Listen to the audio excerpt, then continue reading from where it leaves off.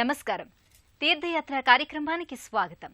విలక్షణ వ్యక్తిత్వం, విశిష్ట మూర్తిమత్వం ఆదర్శ జీవన విధానం వల్ల ఏర్పడుతుంది. ఇందుకు ఎందరో యోగులు, మహర్షులు, అవధూతల జీవన గాథలే ప్రత్యక్ష ఉదాహరణలు.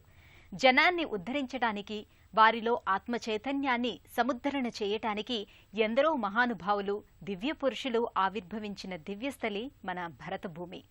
ఈ నేపథ్యంలో సత్యం, ధర్మం, ప్రేమ, దయ, శాంతి, శ్రద్ధ, సహనం అనే సప్తసూత్రాల ప్రాతిపదికన ఆధ్యాత్మిక జీవనాన్ని ప్రచారం చేసిన దత్తావతారుడు, మహావధూత షిరిడి సాయిబాబా. షిరిడీలో అవతరించి తన లీలా విన్యాసాలతో ప్రతి సాయి మందిరాన్ని షిరిడీ దివ్యధామంగా సాయిబాబా ఆవిష్కారం చేశారు. ఆ నేపథ్యంలోని సాయి సన్నిధానమే విశాఖపట్నం జిల్లాలోని పోతిన మల్లయ్యపాలెంలోని షిరిడీ సాయిబాబా మందిరం. ఈనాటి తీర్థయాత్రలో ఈ మందిర విశేషాలను తిలకిద్దాం.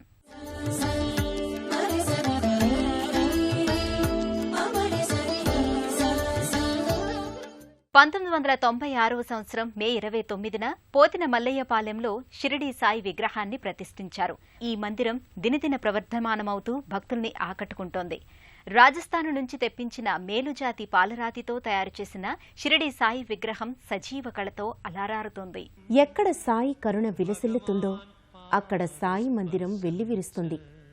ఎందరో భక్తులు, వదాన్యుల సహకారంతో సాయి మందిరాలు సాయి కృపతో ఆవిష్కారమవుతాయి. ఆ కోవలోతే విశాఖ జిల్లా పోతిన మల్లయ్యపాలెంలోని శ్రీ షిరిడీ సాయిబాబా మందిరం. ప్రశాంతమైన గ్రామీణ వాతావరణంలో, ఆహ్లాదకరమైన ప్రకృతి పరిసరాల్లో సాయి మందిరం అలరారుతోంది. ఎక్కడ శాంతి సౌఖ్యాలు ఉంటాయో, ఎక్కడ ఆహ్లాదం, ఆనందం ప్రకటితమవుతాయో అక్కడ నేను నెలకొంటాను అని సాయి సందేశాన్ని అందించారు.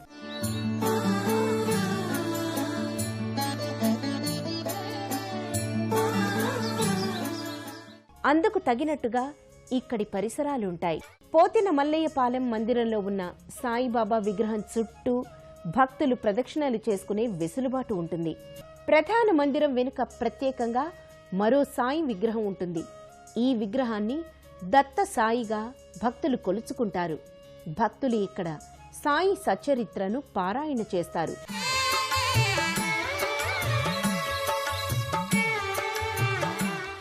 పోతిన మల్లయ్యపాలెంలోని ఈ మందిరంలో సాయి విగ్రహం పద్మాకృతిలో ఉంటుంది. పుష్పాలన్నిటిలో ధవళ, గులాబీ వర్ణాలతో శోభిల్లే సుందరమైన, స్వచ్ఛమైన పద్మానికి ఎంతో ప్రాధాన్యం ఉంది.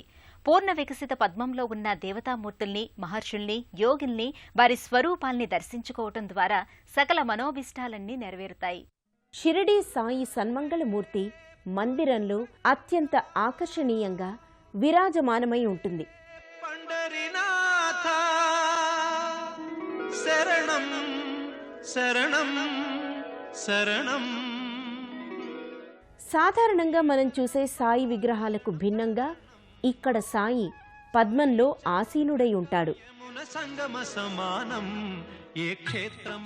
అందుకే ఈ సాయిని ఐశ్వర్య సాయిగా భక్తులు కొలుచుకుంటారు. సాయి దర్శనానికి నిత్యం ఎంతో మంది భక్తులు ఈ మందిరానికి తరలి వస్తారు. విశేషించి గురువారాల్లో ఈ మందిరంలో భక్తజన సందోహం పోటెత్తుతుంది. స్త్రీ, పురుషులు వేర్వేరు వరుస క్రమాలలో బారులు తీరి సాయిని దర్శించుకుంటారు. పోతిన మల్లయ్యపాలెంలో ఉన్న సాయి మందిరంలో ప్రతినిత్యం సాయిబాబాకు అభిషేక వేడుకను నిర్వహిస్తారు. భక్తులే స్వయంగా బాబాకు అభిషేకాన్ని నిర్వహించుకునే అవకాశం ఇక్కడ ఉంది. సాయి పాలరాతి మూర్తులతో పాటు రజత, పంచలోహ మూర్తులకు అభిషేక వేడుకను జరుపుతారు. ప్రతినిత్యం అభిషేకానంతరం సాయి మూర్తిని సర్వాంగ శోభితంగా తీర్చిదిద్దుతారు. పద్మాకృతిలో ఆసీనుడైన సాయి సర్వాలంకృతంగా తేజరిల్లుతాడు. పుష్పమాలికలతో మకర తోరణ యుక్తంగా కిరీటం, పట్టు శాలువాలతో సాయి ఐశ్వర్య సాయిగా కొలువుతీరి ఉంటాడు. పూర్ణ వికసిత పద్మం పరబ్రహ్మతత్వానికి ప్రతిరూపం.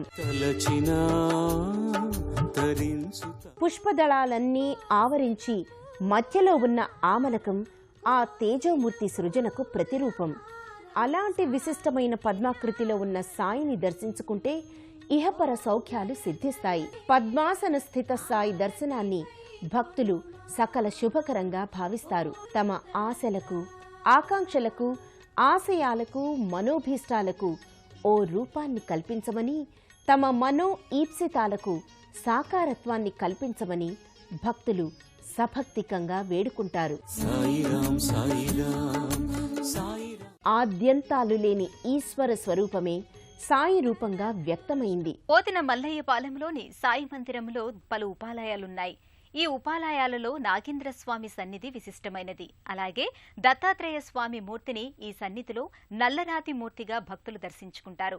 రజత కవచాలంకృతంగా గణపతి మకర తోరణయుక్తంగా నెలకొని ఉంటాడు.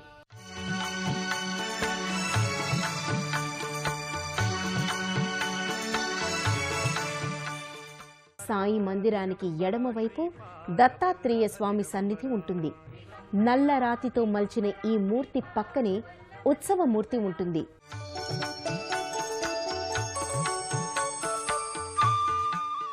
స్మర్తృగామిగా దత్తుణ్ణి ఆరాధిస్తారు. కేవలం స్మరణ మాత్రం చేతనే భక్తుల్ని అనుగ్రహించే స్వామి దత్తాత్రేయుడు. త్రిగుణాల్ని కలబోసుకున్న అత్రికి, అసూయను జయించిన అనసూయకు జన్మించిన నారాయణ స్వరూపం దత్తాత్రేయుడు. నారాయణుడి విలక్షణ అవతార పరంపరలో దత్తావతారం 6వది. విశ్వగురువుగా స్వామి త్రిమూర్తి స్వరూపునిగా ప్రకటితమవుతాడు. త్రిమూర్తులు ధరించే ఆయుధాలతో పాటు స్వామి చెంత ఉండే గోవు ధర్మరక్షణకు ప్రతీకగా చెబుతారు. అలాగే దత్తుని సమక్షంలో ఉండే శునకాలు వేదాలకు సంకేతాలు. ఈ మందిరంలో ఉన్న అశ్వత్థ నారాయణ వృక్ష సముచ్చయం చుట్టూ వర్తులాకార కట్టడం ఉంటుంది. ఈ కట్టడంపై జంట నాగుల ప్రతిమలు ఉంటాయి. భక్తులు ఈ నాగదేవతా మూర్తుల్ని సుబ్రహ్మణ్య స్వామిగా ఆరాధించుకుంటారు. భక్తులు నాగదేవతా మూర్తులకు అభిషేకాన్ని నిర్వహించుకుంటారు. అభిషేకానంతరం పసుపు కుంకుమలతో నాగ ప్రతిమల్ని చూడముచ్చటగా అలంకరిస్తారు.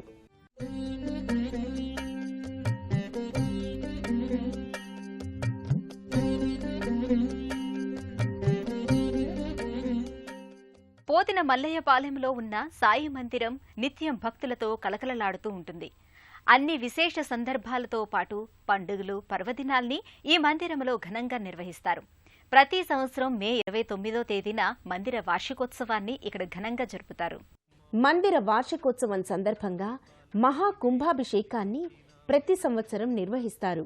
ప్రతి ఏటా గురు పౌర్ణమి, శ్రీరామనవమి, ఉగాది, దత్త జయంతి వంటి పర్వదినాలు సాయి విశేష పూజల నేపథ్యంగా పరిఢవిల్లుతాయి.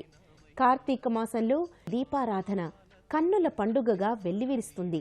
దత్త జయంతి సందర్భంగా సామూహిక సాయి దత్త వ్రతాల్ని నిర్వహిస్తారు. జన్మ జన్మాల పుణ్యాల పంటల్లే నిన్ను దర్శించినామయ్య. మహాశివరాత్రి నాడు సాయికి వెన్నతో అభిషేకాన్ని నిర్వహించడం ఇక్కడ మరో ప్రత్యేకత. ప్రతి గురువారం అన్నార్తులైన నిరుపేదలకు, అలాగే సాయి భక్తులకు అన్నదానాన్ని నిర్వహిస్తారు. సాయి భక్తి అనే అంతర్వాహిని ఎందరో భక్తుల్ని ఏకం చేస్తుంది. సాయి పథం వైపు నడిపిస్తుంది. సాయి అంటే ఓ వ్యక్తి కాదు, సమున్నత ఆధ్యాత్మిక శక్తి. ఎక్కడెక్కడి వారినో తన లీలా వైభవంతో ఒక చోటకు ఈ విధంగా సాయి రప్పించుకున్నాడు. తన పట్ల భక్తితో, అనురక్తితో తన దర్శనార్థులై వచ్చిన భక్తుల మొరల్ని సాయి శ్రద్ధతో ఆలకిస్తున్నాడు.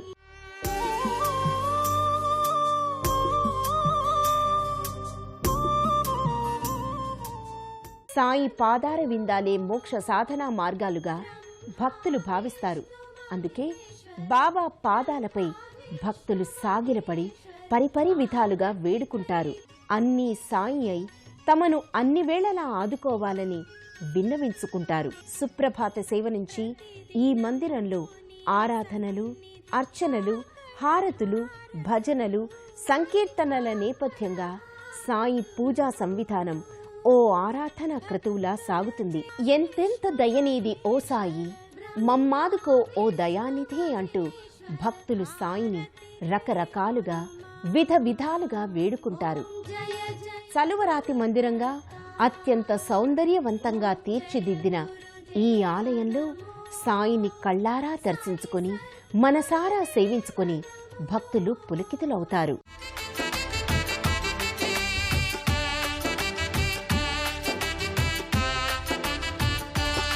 సాయిబాబా శరణం, సాయినాథా శరణం, సాయిబాబా శరణం, సాయినాథా శరణం, సాయిబాబా శరణం, సాయినాథా శరణం, సాయిబాబా శరణం, సాయినాథా శరణం. సాయి అనేది కేవలం 2 అక్షరాల పదం కాదు.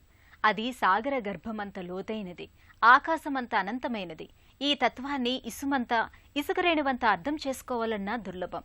అయితే సాయి పట్ల నిక్కమైన భక్తితో ఆ తత్వాన్ని అవగాహన చేసుకునే ప్రయత్నం చేయొచ్చు. ఆ ప్రయత్నంలో మనందరం సఫలీకృతం కావాలని కోరుకుందాం.